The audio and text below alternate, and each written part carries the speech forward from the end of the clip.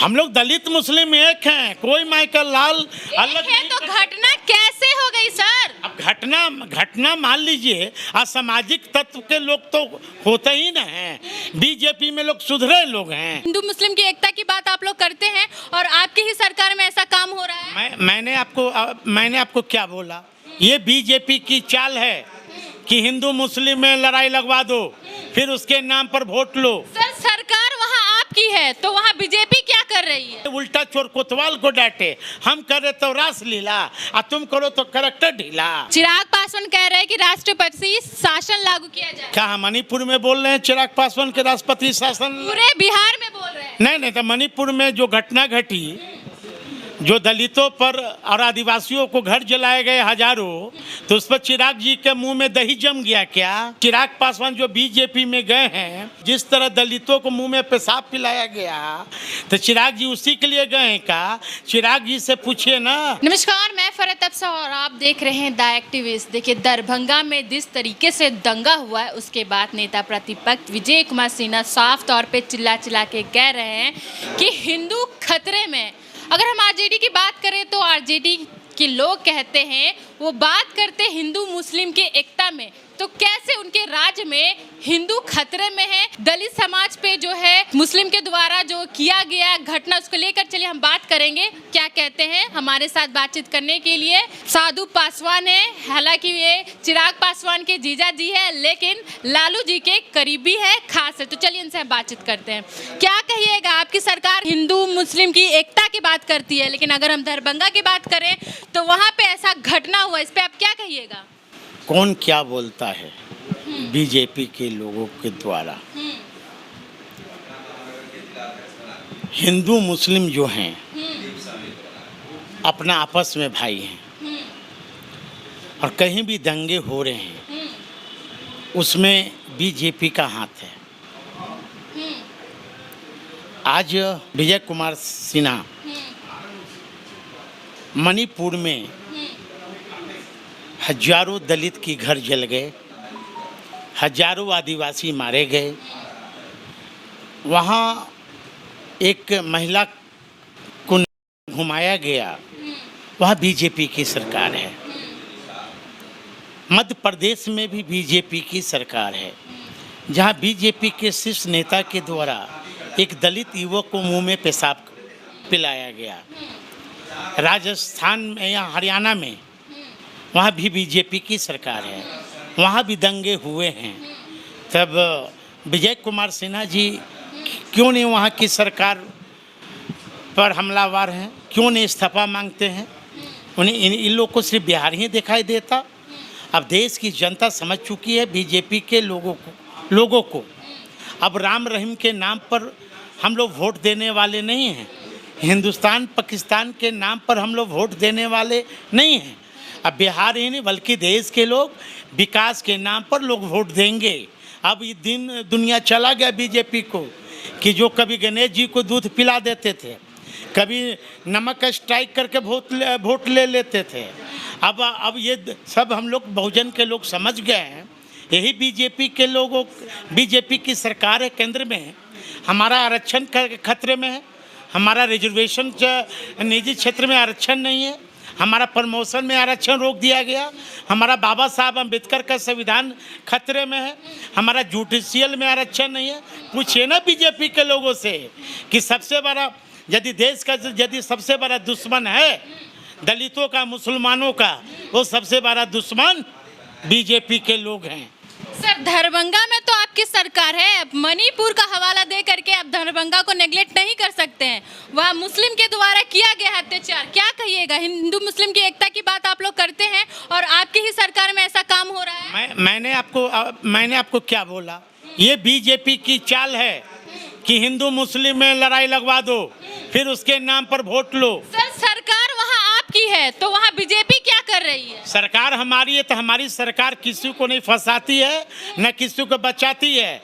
अब कहीं भी कुछ हो रहे हैं बिहार में, आपने देखा होगा पिछले बार ससुराल में हुआ, बिहार सरकार ने तुरंत उसको अपने काबू में ले लिया। इसलिए भारतीय जनता पार्टी के लोग भारत जलाओ पार्टी के नाम से जाने जाते हैं। इस बार बिहार जलने वाला नहीं है। मैं आदरणीय लालू प्रसाद जी को सैल्यूट मारता हूं कि जिस दिन आडवाणी जी रथ लेकर निकले थे वो दिन लालू प्रसाद यादव जी उनको आने से, बिहार आने से रोकने का काम किया। तो अब आप लोग क्या करने वाले हैं एकता को लेकर के? हम लोग दलित मुस्लिम एक हैं, कोई माइकल लाल अलग है। तो घटना कैसे हो गई सर? अब घटना मान लीजिए, असामाजिक तत्व के लोग तो होते ही ना हैं। बीजेपी में लोग सुधरे लोग हैं, बीजेपी में अधिकतर असामाजिक तत्व के लोग हैं। अब पटना में आप देखे होंगे जो हाल फिलहाल जो बुकनी फेंक दिया बीजेपी के लोग पुलिस पर, तो उन लोग तो अत्याचारी है ही, वो लोग भ्रष्टाचारी हैं ही। मैं उल्टा चोर कोतवाल को डांटे, हम करे तो रास लीला और तुम करो तो करैक्टर ढीला। हाँ, चिराग पासवान कह रहे हैं कि राष्ट्रपति शासन लागू किया जाए, क्या कहिएगा?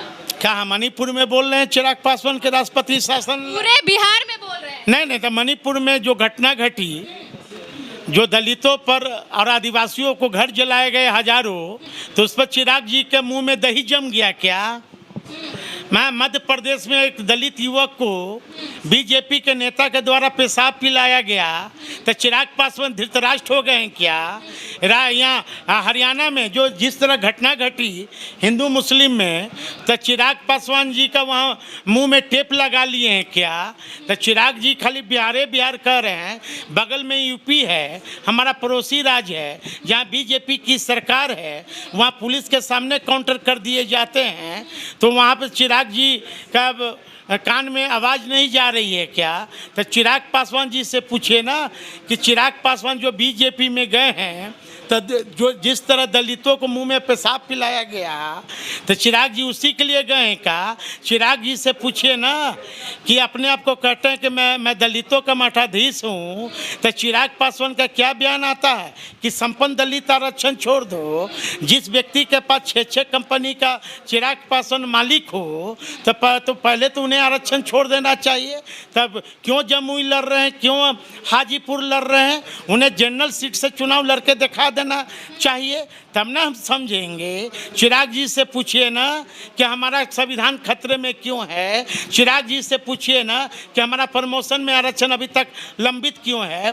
चिराग जी से पूछिए ना कि अभी हमारा जुडिशियल में आरक्षण क्यों नहीं है। चिराग जी से पूछिए ना कि अभी हमारा निजी क्षेत्र में आरक्षण क्यों नहीं है। चिराग जी से पूछिए ना कि स्वर्गीय रामविलास पासवान का, बाबा साहब का, अंबेडकर का मूर्ति किसने फेंका। इस सब के जवाब देना बिहार की जनता, देश की जनता को। सर, सारा दलितों का वोट है चिराग पासवान जी के पास।